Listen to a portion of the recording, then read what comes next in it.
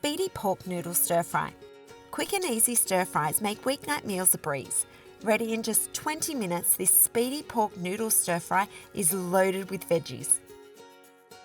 Start by cooking the noodles in a pot of boiling water, stirring occasionally until the noodles are tender.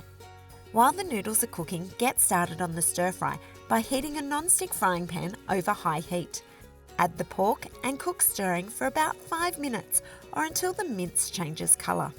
When the noodles are cooked, drain them well. Next, add the stir-fry mix to the pork and cook, tossing, until the vegetables start to wilt and become tender. Add the noodles, the hoisin sauce, a little water, and chopped coriander stems. The stems add a flavour boost to the dish. Toss for a few minutes until the mixture is heated through and well combined. Divide the stir-fry among bowls and sprinkle with coriander leaves.